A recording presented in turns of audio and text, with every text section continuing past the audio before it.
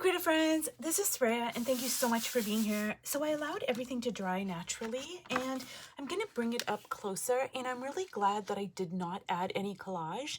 So I can point out that even though there is a lot of stuff going on, like I really am digging, say, the colors over here, these dots, there's stuff about it that I do like the lines. When you look at it up close, there really is no texture. Excuse me. Excuse me.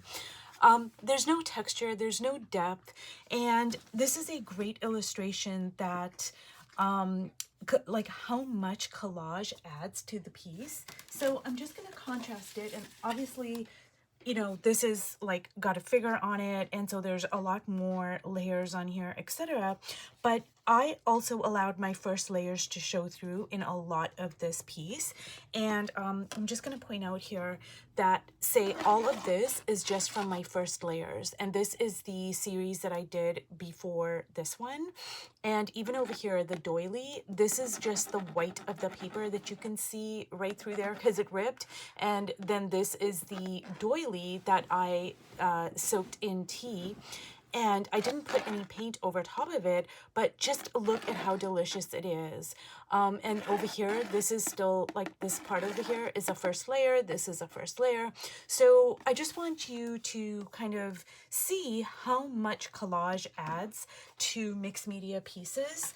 It's incredible because even though, like I said, there's so much going on here, there's a lot of lines and patterns and color, that it doesn't have that juiciness, that depth, the texture that, you know, once I put the collage in on top of, it's just like takes it to the next level. Even when I don't put any paint over top of it, like say this doily over here.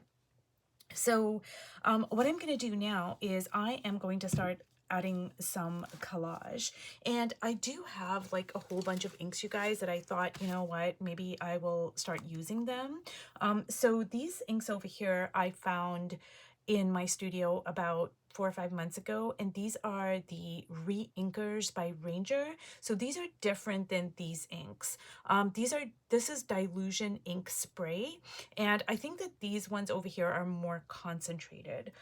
But inks are inks, and you know, I love inks, so all inks tend to have some level of concentration in them. But I do have a lot, you guys, like this. Ooh, look at that. That's like a pink. So yeah, I'm just gonna start like using some of my art supplies that I kind of have forgotten about.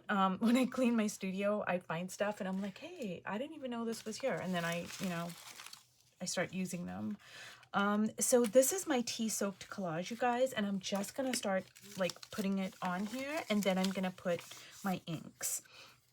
So I want to try not to cover like the parts that I am really liking, because there are parts that, you know, are standing out to me. Like I love this over here. I love this splash over here. Some of the lines I did with my non-dominant hand, etc., etc. So let me see here where I can kind of, I don't know, I'm going to start over there maybe.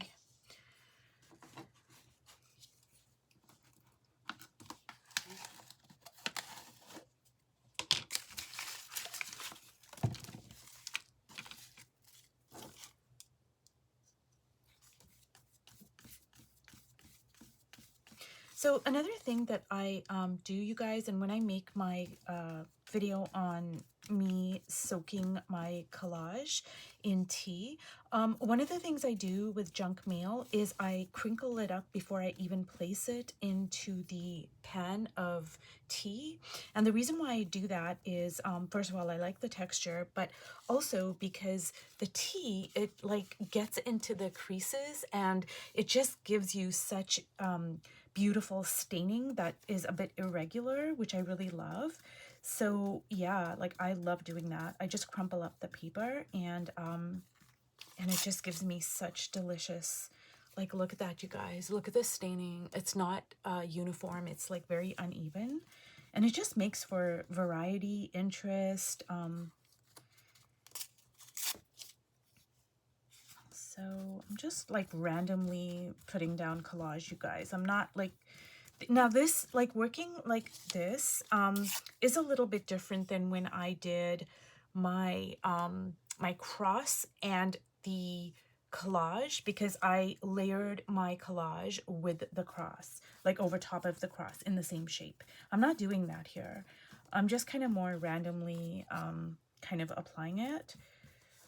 So there's no right or wrong way. I guess I could have done the same thing. Like I could have started like layering the collage in my circles, but I just am not feeling called to do that. But I mean, you certainly can. Like there's no right or wrong.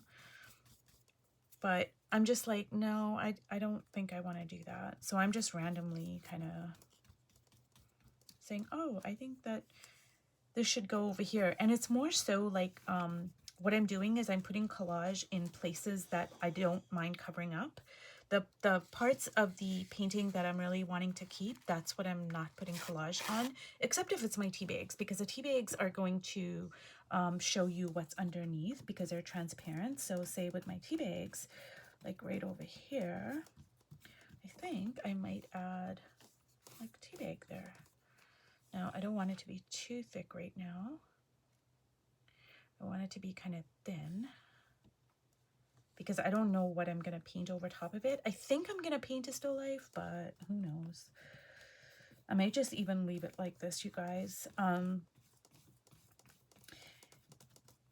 So making backgrounds is such a great way for me to just simply be in the moment. And I mentioned this in my part 1 of this series, but it's also a great educational tool because I have learned so much from making backgrounds. It's incredible. You're just going to learn. There's no way not to learn. And I guess that's true with anything that you're doing in art, really, but backgrounds are just, they're like playful and they're meditative and they're therapeutic and they're like a great educational tool all in one. And they're just like fun. So yeah, it's kind of addictive. So I'm just gonna kind of place that over there. And because when it dries, it is going to be transparent, I'm not so worried about covering stuff up. But for my other pieces of more opaque collage, I'm going to be careful about where I put it because there are parts I want to retain. And I'm even putting some pieces of collage over collage. So you can do that too. You can layer collage over collage. Like I put a piece of collage, then I put a tea bag, and now I'm placing this over top of the collage and the tea bag. So yeah, there's like 3 layers of collage in this little area right here. And that's totally fine.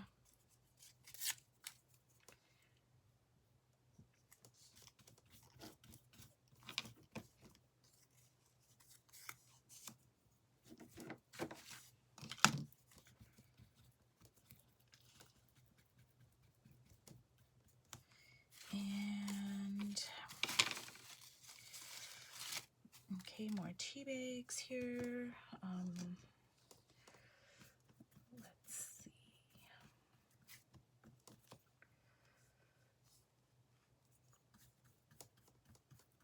Ooh, that looks really beautiful right there.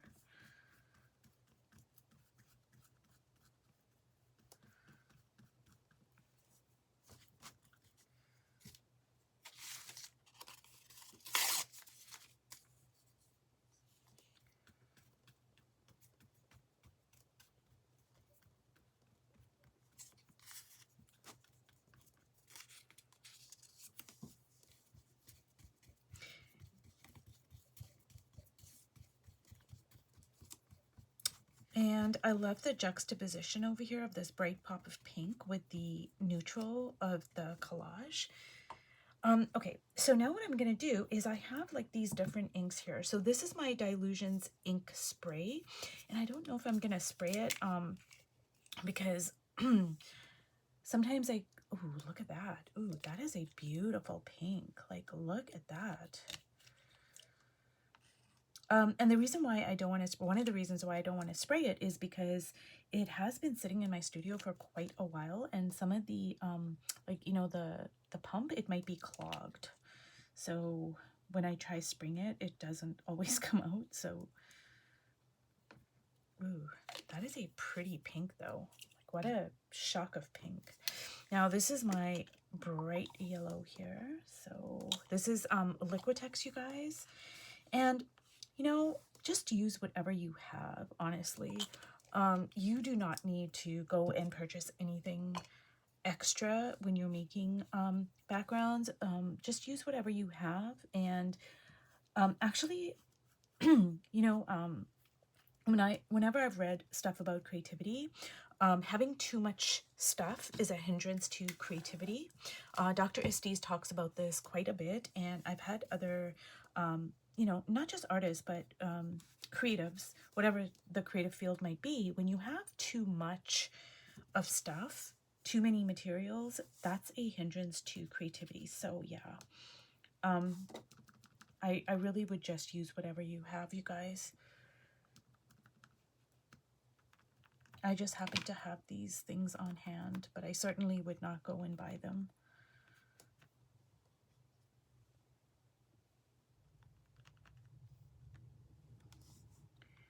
And I'm just going to use my fingers because I like smushing it in. Sometimes you just get such great kind of color feels by doing that. Just smushing it into the paper.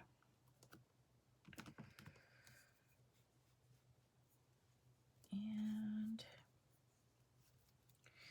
now, so honestly, for my kind of visual language, you guys, I'm thinking that I need something a bit dark here because everything's looking too mid, you know, everything's like too kind of mid value. So I just want to kind of put like some dark, like a dark kind of, I want to introduce some dark values here.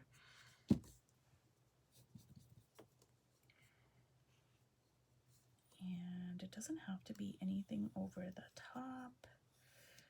It's kind of looking a little disjointed right now to me anyways, but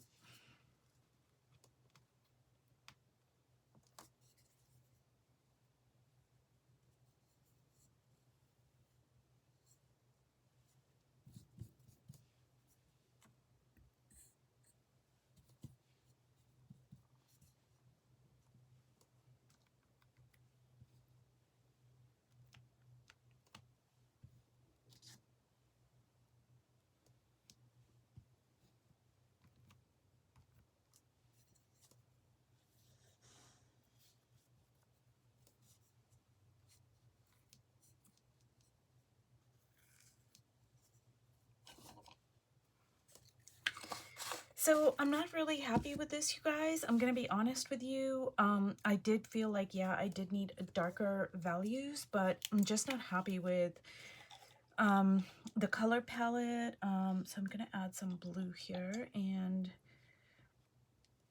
let's see.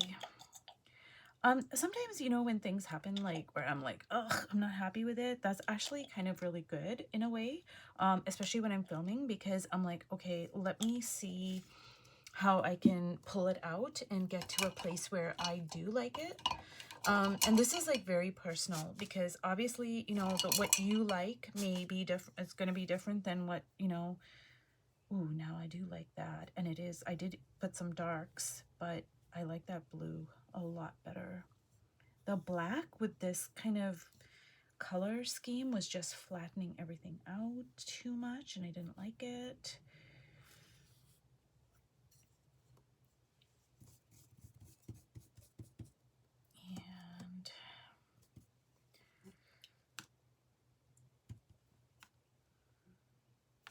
Okay, you guys, this looks like a big mess, and that is fine. I'm gonna leave it there. I'm gonna let it dry naturally, and it's a beautiful day outside today, so I'm gonna leave it out in the sun, and then we'll see what I can do with it when I come back. Okay, so if you watched all the way to the end, thank you so much, and I will see you in my next video.